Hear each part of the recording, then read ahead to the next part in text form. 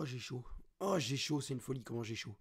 Salut tout le monde, c'est le football à l'aveugle. On se retrouve pour le débrief de cette rencontre entre le Portugal et la France. On a gagné au tir au but. On est en demi-finale et on va affronter la Roja. On va affronter l'Espagne en demi-finale de cet Euro 2024. On avait passé au tir au but, enfin. On a gagné une séance de tir au but. Les Portugais ont raté un seul tir, celui de Joe Félix, qu'il a envoyé sur le poteau de Mike Maignan. Quoi retenir dans cette rencontre? Déjà que je trouve qu'on a quand même beaucoup tenté. C'est un peu mieux par rapport à d'habitude. On n'a toujours pas marqué un but dans le jeu par nous-mêmes. Ça, c'est quand même une dinguerie. Mais, euh, mais on est quand même en demi-finale sans ça. La seule chose qui m'inquiète, moi, là-dedans, c'est que là, on fasse plus rentrer Olivier Giroud. Plus du tout. Et qu'on voit bien les limites de cette équipe de France en tant qu'avant-centre. On voit l'ailier droit Dembélé, et moi j'ai trouvé que c'était mieux parce que tu vois, Jules Koundé, il montait beaucoup moins sur le côté droit. C'est pas quelqu'un qui monte beaucoup, contrairement à un Jonathan Klaus, qui monte un petit peu, qui a ce rôle de latéral, mais qui peut avoir ce rôle de piston carrément, qui monte Jonathan Klaus. Jules Koundé l'a pas trop. Et c'est pour ça qu'un ailier droit pour l'aider, à la Ousmane Dembélé ou Kingsley Coman, eh ben c'est bien. Et c'est pour ça que dès que Dembélé est rentré, il a fait une sacrée meilleure entrée que ce qu'il a proposé à l'Euro jusqu'à présent. Il y a eu beaucoup de déchets d'habitude. Là, non. Là, il proposait de très bons ballons. Ousmane Dembélé, c'était très dangereux. Donc, on a une équipe de France qui a été beaucoup plus dangereuse. Diogo Costa a encore fait un bon match. On a aussi un gros problème de finition, mais on a vu quand même que, voilà, Dembélé, là, qui ça faisait rentrer Dembélé, c'était quand même mieux. Mais on a toujours ce problème de finition dans l'axe avec Kolo Muani, Thuram. Tu sais pas vraiment si tu peux compter sur eux parce que Thuram est meilleur en club qu'en sélection, ça y a pas débat. Randall Colomuani, c'est un peu l'inverse, mais même en sélection, il est pas dingue non plus, il est quand même un peu mieux qu'en club, mais c'est pas ouf non plus. Olivier Giroud, on le fait plus rentrer, Alexandre Lacazette, on le sélectionne plus. Donc le problème, et Kylian Mbappé, même si à gauche, du coup, c'est Bradley Barcola et que Mbappé, vu qu'il percute plus, risque de repasser dans l'axe. Mbappé, il aime pas être dans l'axe, sauf que ailier gauche, il aime bien être ailier gauche, mais il percute plus, donc c'est plus utile qu'il le soit. En plus, il y a Barcola. Donc le problème, c'est qu'on va se retrouver dans une impasse pour le poste d'avant-centre, et c'est pour ça que j'ai hâte que Mathys Tel comment dire, se perfectionne, se forme en équipe jeunesse et au Bayern Munich pour qu'il devienne peut-être l'avant-centre de cette équipe de France.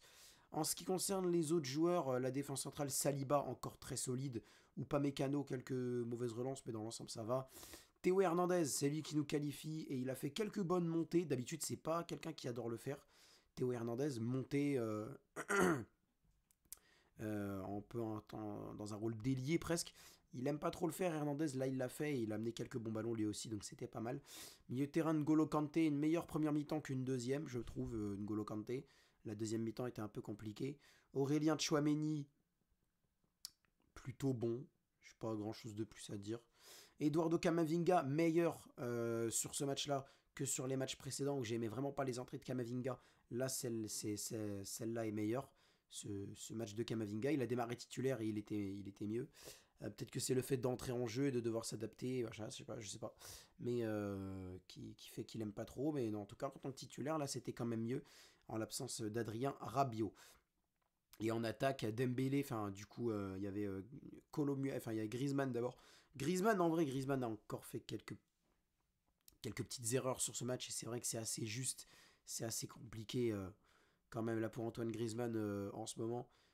C'est assez compliqué pour lui. Et en ce qui concerne les attaquants, Randal Colomuani a quand même fait bonne première mi-temps. Il n'a pas trop fait non plus de gros déchets techniques de partout. Il en a fait quelques-uns parce que ça reste Colo Muani quand même, mais ça va. C'est pas non plus violent.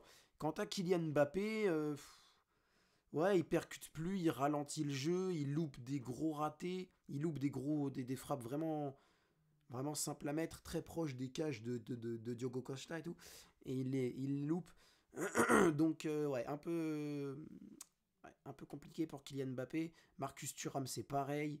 Il a des difficultés. Moi, pour moi, la meilleure entrée, c'est celle d'Ousmane Dembélé. Hein. Très clairement, la meilleure entrée, c'est celle d'Ousmane Dembélé. Et je dis pas ça parce que j'ai un maillot parisien. Et d'ailleurs, Nuno Mendes, Danilo Pereira, Gonzalo Ramos et Vitinha rentrent du coup au Bercail parisien. Enfin, maintenant, ils seront en vacances. Du coup, il n'y a plus que 5 Parisiens engagés dans cet euro. Les 4 Français, Barcola, Zaïre Emery, Dembélé, Colo Muani et l'Espagnol Fabian Ruiz. Voilà, pas grand chose de plus à dire, hein. Maintenant, il va falloir jouer cette demi-finale de manière encore plus tranchante que face au Portugal. En fait, on sent que petit à petit, à chaque match qui passe, en tout cas c'est mon avis, on se rapproche de marquer un but nous-mêmes, mais on n'arrive toujours pas. On n'y arrive toujours pas. C'est-à-dire qu'au match face à l'Autriche, il n'y a pas eu de ouf non plus. Pays-Bas, c'est pas. Ça s'améliore un peu. Pologne, là, c'est vraiment le summum avec plein d'arrêts de Skorupski. Et c'est juste qu'on n'arrive vraiment pas, on n'a pas de chance. Belgique, c'est vrai que ça redescend un peu, on a moins d'occasions. Et là, face au Portugal, ça revient avec pas mal d'occasions pour les Français. Après, aussi, au niveau des tirs cadrés, c'est pas ouf non plus. Donc, voilà. Mais j'ose espérer que face à la Roja en demi-finale, ça va être mieux. Encore mieux. Et c'est pour ça que pour moi, tu dois rester avec une attaque à 3.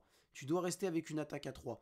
Parce que, alors en fait, le positionnement de Griezmann en 10, j'aimais bien. Mais je pense que ce serait mieux Griezmann en 10 avec deux ailiers que pourraient être Dembélé et Barcola. Avec à la limite Kylian Mbappé en tant qu'avant-centre. Sauf que Mbappé, tu lui dis de pas redescendre.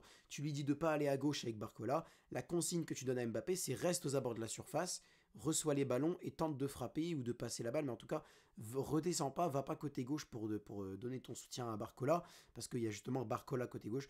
Donc pour moi, une attaque Dembélé, Mbappé, Barcola, où Mbappé ne fait que être, ne fait que être avant-centre et va pas marcher sur les plates-bandes de Barcola, je pense que ça peut marcher.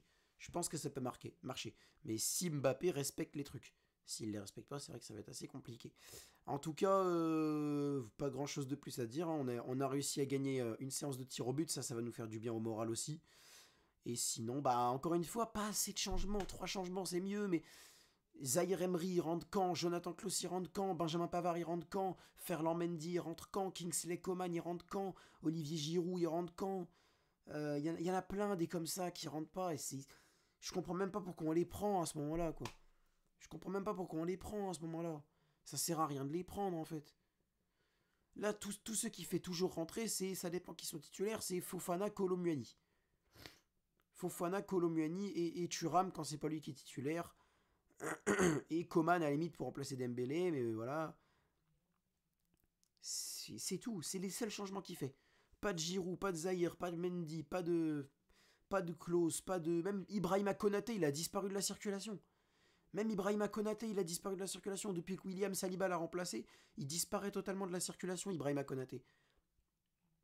Franchement, autant faire une liste de 23 joueurs si c'est pour faire aussi peu de changements. Autant prendre une liste de 23 joueurs seulement, hein. En vrai, ce sera plus simple, ce sera plus facile. Enfin bref, c'est la fin de cette vidéo. N'hésitez pas à me dire ce que vous avez pensé en commentaire. N'hésitez pas à liker, à vous abonner aussi et à partager la vidéo sur les réseaux sociaux.